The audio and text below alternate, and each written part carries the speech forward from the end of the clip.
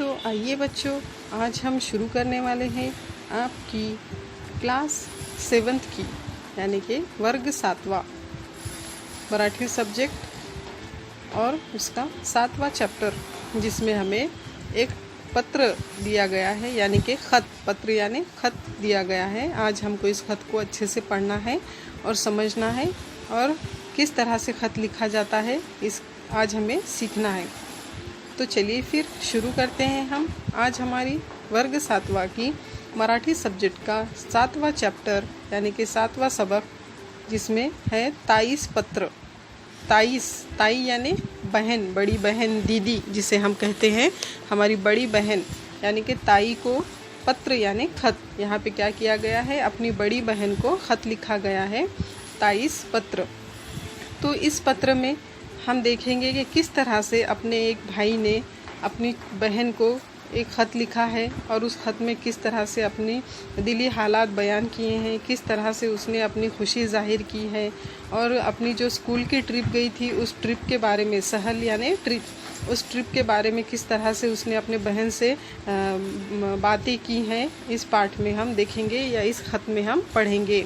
तो चलिए फिर बच्चों, आप सब अपनी अपनी बुक्स निकाल लीजिए और बुक निकाल कर हमारा 7वां ताईस पत्र ये चैप्टर निकाल लीजिए। अब हम इस चैप्टर को अच्छे से पढ़ेंगे और समझेंगे। जब हम ये चैप्टर पढ़ेंगे तब आप इसमें जो मुश्किल अल्फाज हैं उनके नीचे उनके मीनिंग्स लिख लीजिए, ताकि पढ़ते वक्त आपको आसानी जाए। तो चलिए फिर शुरू करते हैं हम आज का हमारा पत्र, ताईस पत्र यानी बहन को लिखा हुआ खत। ताई यानी बड़ी बहन को लिखा हुआ खत। इसमें सबसे ऊपर देखिए, यहाँ पर दिनांक यानी कि तारीख डाली हुई है 15/12/2020, यानी कि 15/12/2020 की यहाँ पर तारीख डाली हुई है जब उसने ख़त लिखा है ये। और उसके एक को इधर से देखिए, एक कोने में है प्रिय ताई, यानी कि प्यारी बड़ी बहन। ताई यानी बहन या दीदी, प्यारी बहन। सप्रेम नमस्कार, यानी जिस तरह से हम अपने घर में बड़ों को क्या करते हैं, सलाम करते हैं, उसी तरह से यहाँ पर इन्होंने अपनी बहन को नमस्कार किया है। सप्रेम नमस्कार यानी मेरा प्यार भरा नमस्कार। उसके नीचे से अब यहाँ से पत्र को शुरुआत हो रही है। अब हम इस पत्र को अच्छे से पढ़ेंगे और समझेंगे। तो चलिए फिर शुरू करते हैं। प्रिय ताई यानी कि प्यारी बहन, सप्रेम नमस्कार यानी दिल से या प्यार से तुमको नमस्कार करता हूँ। तुझं पत्र मिळालं, तुझं यानी कि ताई का, उसके बहन का, पत्र यानी खत, मिळालं यानी मिला, मतलब वो बहन से कह रहा है कि बहन तुम्हारा पत्र, तुम्हारा खत मुझे मिल गया। पण मला पत्र पाठवायला उशीर झाला। पण यानी पर, मला यानी मुझे, पत्र यानी खत, पाठवाला यानी भेजने के लिए, उशीर झाला यानी देर हो गई, उशीर यानी देर, झाला यानी हो गई, यानी कि तुम्हारा ख़त मिलके बहुत वक्त हो गया, पर मुझे ख़त भेजने के लिए, उसका जवाब लिखने के लिए बहुत देर हो गई। क्षमस्व यानी कि माफ़ी चाहता हूँ। यहाँ पे माफ़ी मांग रहा है वो अपने बहन से, क्योंकि उसके बहन ने ख़त लिखे हुए बहुत दिन हो गए और इसने उस ख़त का जवाब नहीं दिया था, इसलिए वो यहाँ पर अपनी बहन से माफ़ी मांग रहा है। क्षमस्व यानी माफ़ कर दीजिए मुझे, मैं माफ़ी मांगता हूँ। अगं ताई यानी कि दीदी, तुला मी सांगितलं होतं ना, यानी कि मैंने, तुला यानी तुमको, मी यानी मैंने, तुमको मैंने सांगितलं होतं ना, यानी कहा था ना, सांगितलं यानी कहा था ना, आमची सहल जाणार आहे म्हणून। आमची यानी हमारी, सहल यानी ट्रिप, स्कूल की ट्रिप उनकी जाने वाली थी, जाणार आहे यानी जाने वाली थी, ये मैंने तुमसे कहा था ना, म्हणून मागच्या आठवड्यात मी सहलीला जाऊन आलो, यानी कि मैंने तुमसे कहा था ना कि मेरी स्कूल की ट्रिप जाने वाली है, इस वजह से मैं पिछले हफ्ते में, मागच्या आठवड्यात, मागच्या यानी पिछले, आठवड्यात यानी हफ्ते में, यानी पिछले हफ्ते में मी सहलीला जाऊन आलो, यानी कि मैं सहलीला यानी ट्रिप को, स्कूल के ट्रिप को जाऊन आलो यानी जाकर आया, यानी पिछले हफ्ते में मैं स्कूल के ट्रिप को जाकर आया। कुठे माहीत है, अब यहाँ पर वो सवाल पूछ रहा है, कुठे माहीत है यानी कि कहाँ, मालूम है तुमको मैं कहाँ गया था। अब उसके आगे वो जवाब दे रहा है पुण्याला। कहाँ पर गया था, पुणे को, यानी कि पुण्याला, मैं पुणे गया था। खूप धमाल आली सहलीत, यानी कि खूब मस्ती की है हमने वहाँ पर। हमने सहल में यानी कि ट्रिप में हमने धमाल यानी बहुत मस्ती की, वहाँ पर बहुत शरारतें की, बहुत हमने इंजॉय किया, खूप धमाल आली सहलीत। पुणे तेथे काय उणे म्हणतात ते खोटं नाही। पुणे तेथे काय उणे यानी जहाँ पुणे में कुछ भी नहीं है ऐसा नहीं, यानी वहाँ पे किसी भी चीज़ की कमी नहीं है। उणे यानी कुछ कमी नहीं है, वहाँ पे कुछ कम नहीं है। पुणे तेथे काय उणे ये एक कहावत है, यानी कि पूना में कुछ भी कम नहीं है, ये एक कहावत है। ते खोटं नाही ऐसी जो कहावत है वो गलत नहीं है। खोटं यानी झूठ नहीं है या गलत नहीं है। सचमुच पुणे में सब कुछ है, वहाँ पर देखने के जैसा बहुत कुछ है, ऐसा यहाँ पर वो कहना चाह रहा है। पुण्यात एवढे प्रेक्षणीय स्थळ आहे, यानी कि पूना में इतने प्रेक्षणीय यानी देखने लायक, यानी कि जहाँ पर टूरिस्ट आते हैं और जो ऐसी ऐतिहासिक चीज़ें हैं, ऐतिहासिक बिल्डिंग्स है जो तारीख़ में बहुत मशहूर है, ऐसी ऐसी चीज़ें वहाँ पर देखने के लिए प्रेक्षणीय यानी देखने के लिए बहुत सारी स्थल यानी जगह है। यानी कि वहाँ पे पुणे में बहुत सी देखने के लायक जगह है कि आम्हाला 2 दिवस पूरे पडले नाहीत। इतनी सारी जगह है कि हमको वहाँ पर 2 दिन भी कम पड़ रहे थे। कि आम्हाला यानी हमको 2 दिवस यानी 2 दिन भी पूरे पडले नाही यानी पूरे नहीं पड़ रहे थे, 2 दिन भी हमको वहाँ पर कम लग रहे थे। थांब यानी कि रुको, तुला सविस्तर सांगतो, तुला सविस्तर यानी मैं तुमको, सविस्तर यानी तफसील से, मैं तुमको तफसील से सांगतो यानी बताता हूँ कि वो अब यहाँ से क्या कर रहा है, अपने बहन को उसके ट्रिप के बारे में तफसील से बता रहा है। थांब तुला सविस्तर सांगतो यानी रुक, मैं तुझे तफसील से बताता हूँ।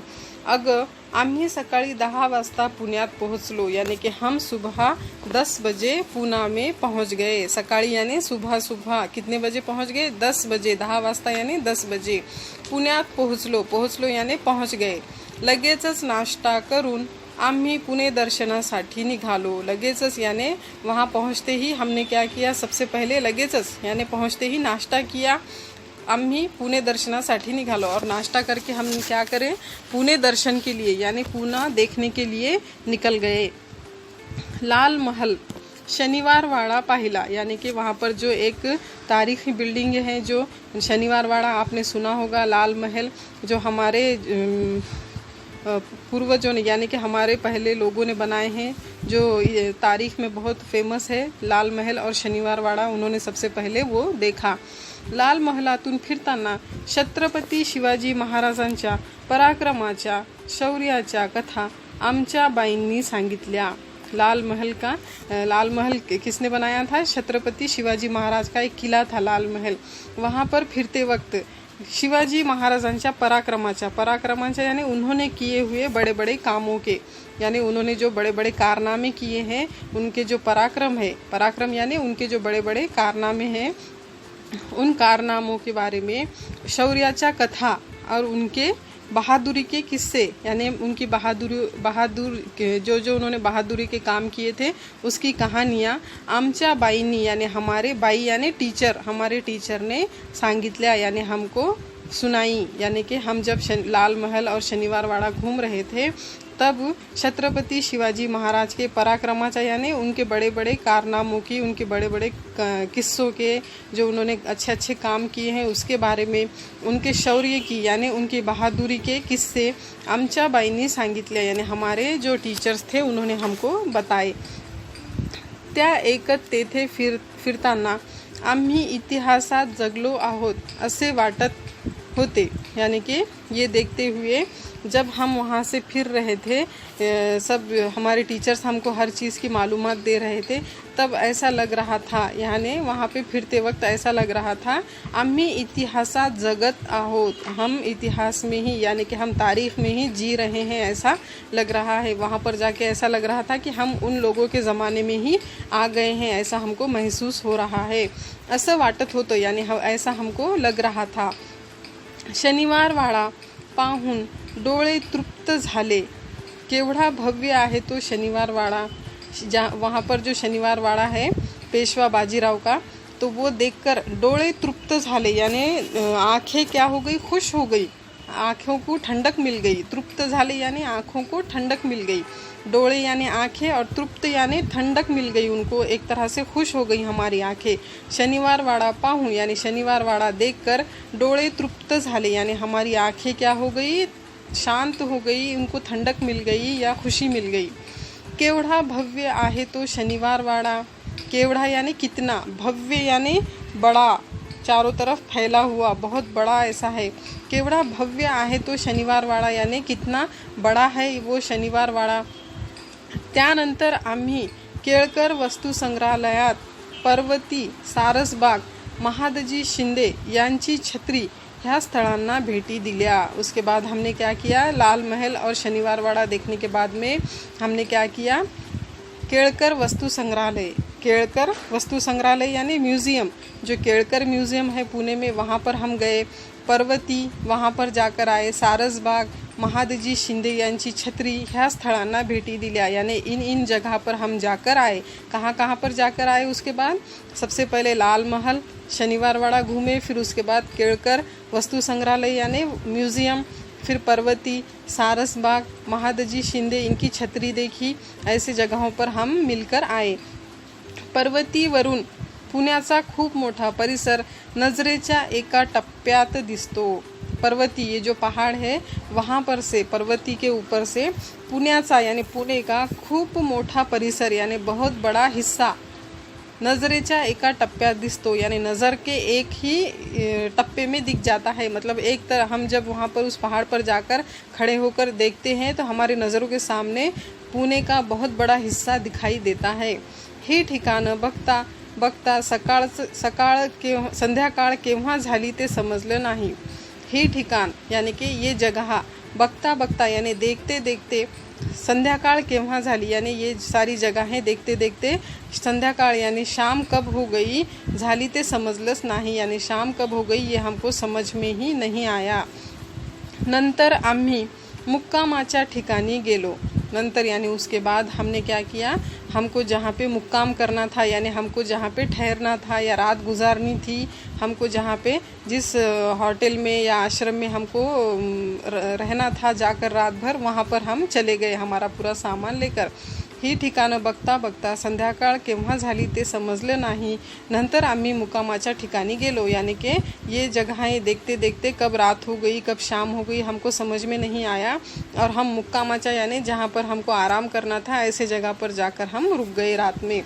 दुसऱ्या दिवशी सकाळी आम्ही सावित्रीबाई फुले पुणे विद्यापीठात गेलो यानी दूसरे दिन क्या करे हमने, दूसरे दिन हम सकाळी यानी सुबह सुबह सावित्रीबाई फुले पुणे विद्यापीठ यानी सावित्रीबाई फुले यूनिवर्सिटी में हम सब यूनिवर्सिटी देखने के लिए गए।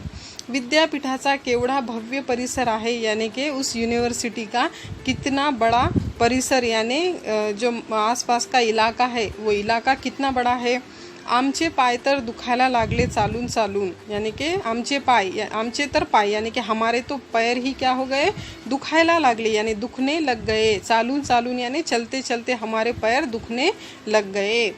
तिथली आयु का ही संस्था ही पाहिली, वहाँ पर जो एक आयु का नाम की संस्था है वो संस्था, वो कमिटी भी हमने देखी। त्यानंतर आम्ही सिंहगडावर गेलो। उसके बाद हम कहाँ पर गए, त्यानंतर यानी ये सब देखने के बाद हम कहाँ पर गए, सिंहगढ़ जो एक किला है वहाँ पर हम गए। त्याची भव्यता, उसकी भव्यता यानी कि उसका फैलाव, उस वो मतलब कितना बड़ा है वो देखकर क्या हो गए हम, तिथली शांतता और वहाँ की शांतता, वहाँ का सुकून, निसर्ग सौंदर्य यानी वहाँ का जो कुदरत के नज़ारे हैं, जो जंगलों के नज़ारे हैं वो देखकर, हम कुदरत के नज़ारे देखकर, खूबसूरती देखकर या गडाशी जोडलेली तानाजी मालसुरे यांची शौर्य कथा और उस किले से जुड़ी हुई, गढ़ यानी किला, उस किले से जुड़ी हुई तानाजी मालसुरे यांची शौर्य कथा, इनकी बहादुरी के किस्से यानी कि तानाजी मालसुरे के जो बहादुरी के किस्से हैं सिंहगढ़ के ऊपर के, वो देखकर ही सगळी ठिकाणे पाहून आम्ही भारावून गेलो। ये सब जगहें देखकर हम क्या हो गए, भारावून गेलो यानी हमारा दिल भर आया। हम बहुत ही उसके अंदर मतलब उस माहौल में ढल गए, हमारा दिल उसके अंदर पूरा भर, ऐसा लग रहा था कि हम उनके ज़माने में ही आ गए हैं, ऐसा हमको महसूस हो रहा है। एक बार फिर से पढ़ लेते हैं। त्यानंतर आम्ही सिंहगडावर गेलो, यानी उसके बाद हम कहाँ पर गए, सिंहगड पर गए। त्याची भव्यता, तिथली शांतता, भव्यता यानी उसका फैलाव, जो उसका बड़ा एक एरिया है वो एरिया देखकर, तिथली शांतता यानी वहाँ की शांतता देखकर, वहाँ पे जो सुकून था वो देखकर, निसर्ग सौंदर्य यानी कुदरत की खूबसूरती देखकर, आणि गडाशी जोड़लेली, और जो गढ़ के जो किले के ऊपर जो कहानियाँ मशहूर है वो कहानियाँ सुनकर, जो किसकी कहानी थी वहाँ पर, तानाजी मालसुरे, इनकी शौर्य कथा यानी इनके बहादुरी के किस्से सुनकर, ही सगळी ठिकाणं पाहून और ये सब जगहें देखकर हम क्या हो गए, भारावून गेलो, यानी हमारा दिल भर आया, हम वहाँ पर एक उसमें बह गए।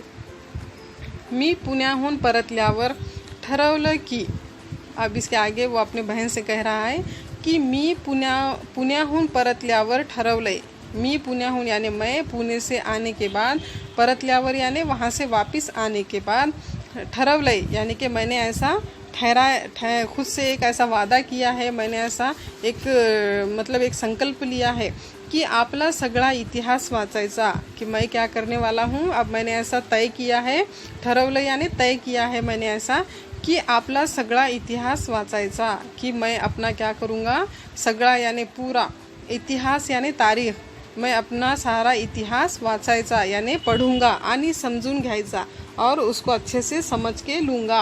हा माझा नवीन वर्षाचा संकल्प आहे।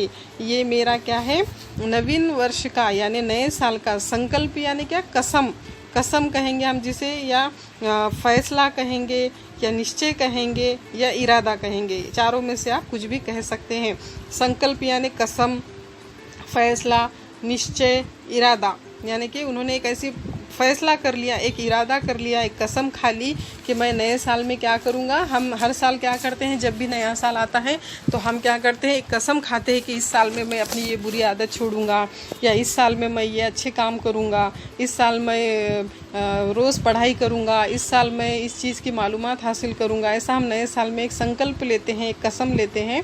तो उस तरह से इस बच्चे ने किस चीज़ की कसम ली, कि मैं क्या करूँगा, पूरा हमारा जो इतिहास है यानी कि हमारी जो तारीख़ है वो तारीख़ मैं पूरी पढ़ूंगा और उसको अच्छे से समझ कर लूँगा। हमारी हिस्ट्री जो है मैं अच्छे से पढ़ूंगा और उसको समझ के लूँगा। हे सगळं पाहताना मला तुझी खूप आठवण आली। हे सगळं यानी ये सब देखते हुए, पुणे को जब मैं गया था तब ये देखते वक्त पाहताना मला तुझी खूप आठवण आली, यानी मुझे तुम्हारी, मेरे बहन की खूप आठवण आली, यानी बहुत याद आई।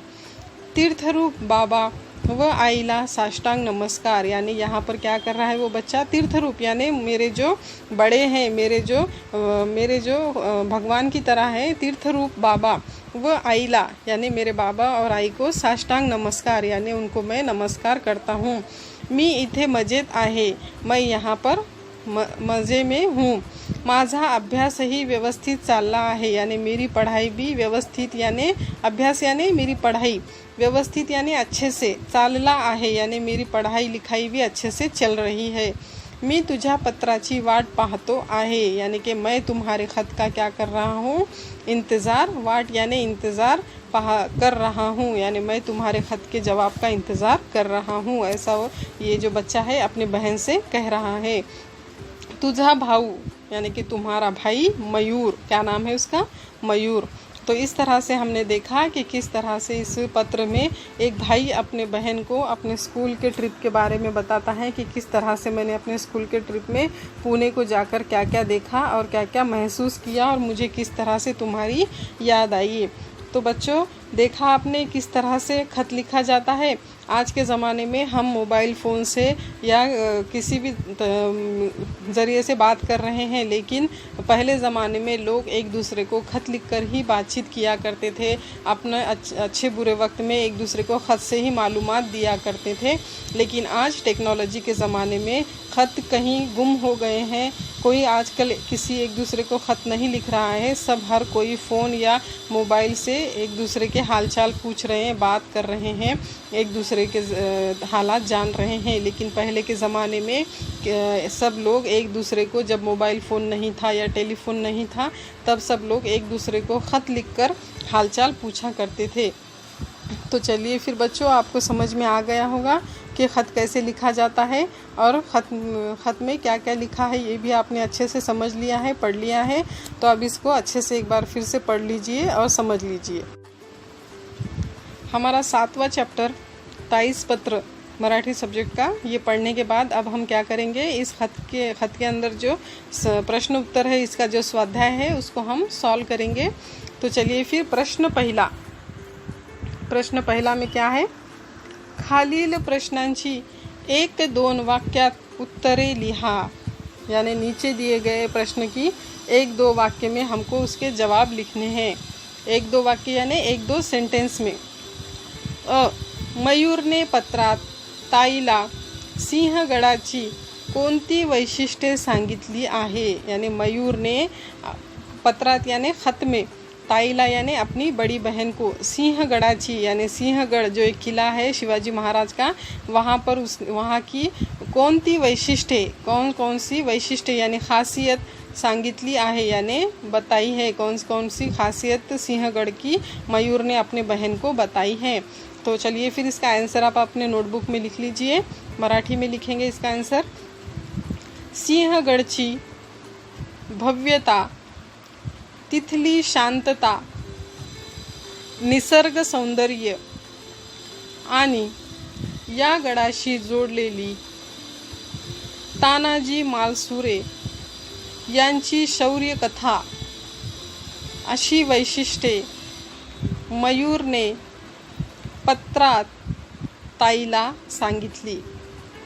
यानी सिंहगढ़ जो एक किला है, बहुत ही बड़ा ऐसा शिवाजी महाराज का किला है जो सिंहगढ़, उसकी भव्यता, तिथली शांतता यानी कि वहाँ की खामोशी, निसर्ग सौंदर्य यानी वहाँ के कुदरती खूबसूरती, और इस गढ़ से जुड़ी हुई तानाजी मालसुरे इनकी शौर्य कथा अशी वैशिष्ट्य मयूर ने पत्रात ताईला सांगितली। यानी ऐसी खासियत मयूर ने अपने ताई को बताई।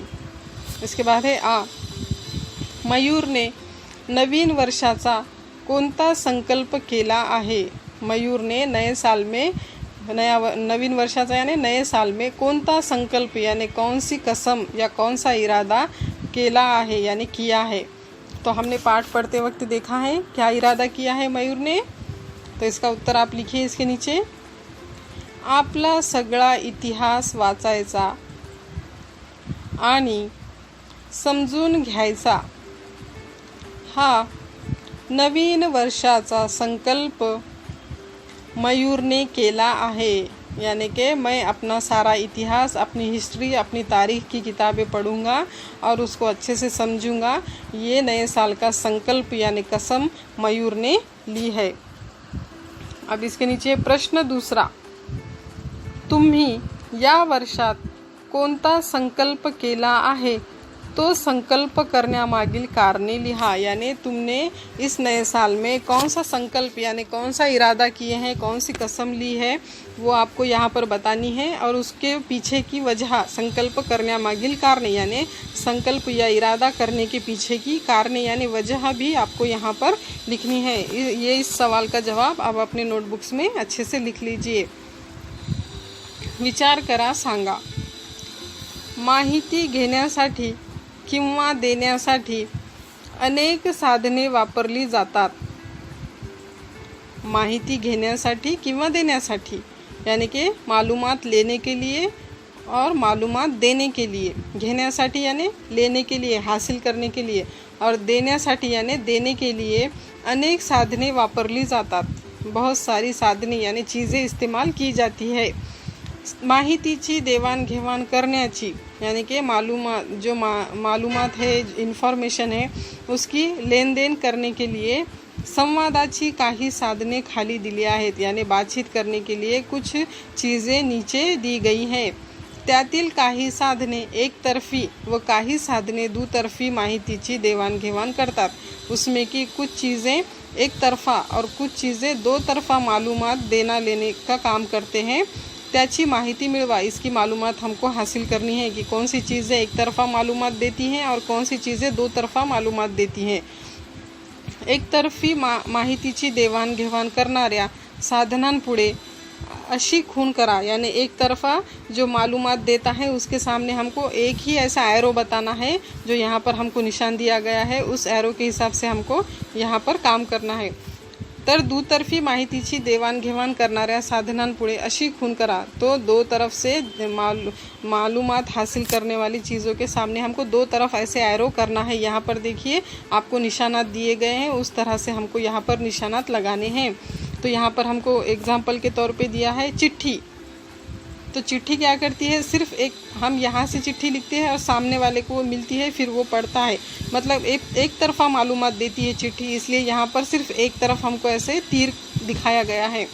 फ़ोन पर क्या करते हैं, हम दोनों तरफ से बात करते हैं, इधर से भी कोई बात करता है उधर से भी कोई बात करता है, तो दोनों तरफ से मालूमात हासिल हो रही हैं, इसलिए यहाँ पर दोनों तरफ तीर दिखाए गए हैं, दोनों तरफ एरो किए गए हैं। इस तरह से नीचे कुछ और उदाहरण दिए गए हैं, तो आपको क्या करना है, इसमें से सब उदाहरण पढ़ने हैं और उन उदाहरण से कौन एक तरफा मालूमात देता है और कौन दो तरफा मालूमात देता है, ये हमको यहाँ पर सॉल्व करना है। जिसमें पहला है फैक्स। फैक्स क्या करते हैं, हम इधर से सेंड करते हैं किसी को, तो उधर वो फैक्स मशीन में से वो निकालता है, यानी कि एक तरफा हो गया, तो इसलिए यहाँ पर हम एक एरो दिखाएंगे। पत्र में भी क्या होता है, पत्र यानी खत चिट्ठी, तो यहाँ पर भी एक तरफा ही मालूमात दी जाती है, इसलिए यहाँ पर एक ही एरो दिखाएंगे। ईमेल में भी उसी तरह से एक ही एरो दिखाएंगे। मोबाइल में दोनों तरफ से बात होती है, इसलिए यहाँ पर दो एरो दिखाएंगे। अंतर्जाल यानी कि नेट पर भी क्या होती है, एक तरफा मालूमात दी जाती है, इसलिए यहाँ पर भी एक एरो दिखाएंगे। रेडियो में दोनों तरफ से बातचीत हो सकती है, इसलिए यहाँ पर दो एरो दिखाएंगे। वर्तमान पत्र में सिर्फ एक तरफा यानी एक तरफा ही मालूमात दी जाती है, इसलिए यहाँ पर एक एरो दिखाएंगे। मोबाइल संदेश यानी मोबाइल में जो हम SMS भेजते हैं वो भी एक तरफा होता है, इसलिए यहाँ पर एक एरो दिखाएंगे। उसके बाद है चर्चा यानी कि बातचीत, तो इसमें दोनों तरफ एरो दिखाएंगे क्योंकि यहाँ पर सब मिलकर चर्चा करते हैं, दोनों तरफ से बातचीत होती है। 10 मुलाकात, यहाँ पे भी यानी कि जो मुलाकात करते हैं हम बैठ के मीटिंग करते हैं, उसमें भी दोनों तरफ से बातचीत होती है, इसलिए यहाँ पर दो एरो दिखाएंगे। जाहिरात यानी एडवर्टाइजमेंट, तो उसमें भी हम क्या करते हैं, एक तरफा मालूमात देते हैं, इसलिए यहाँ पर एक एरो दिखाएंगे। और भाषण में क्या होता है, एक तरफा ही मालूमात होती है, इसलिए यहाँ पर भी एक एरो दिखाएंगे, लेकिन दोनों लोग वहाँ पर हाजिर होते हैं, इसलिए यहाँ पर हम एक तरफा एरो दिखाएंगे। इस तरह से हमने इन स्वाध्याय को आज सॉल्व कर लिया है। आप अच्छे से इसको अपने बुक्स में लिख लीजिए और अच्छे से इसको याद कीजिए।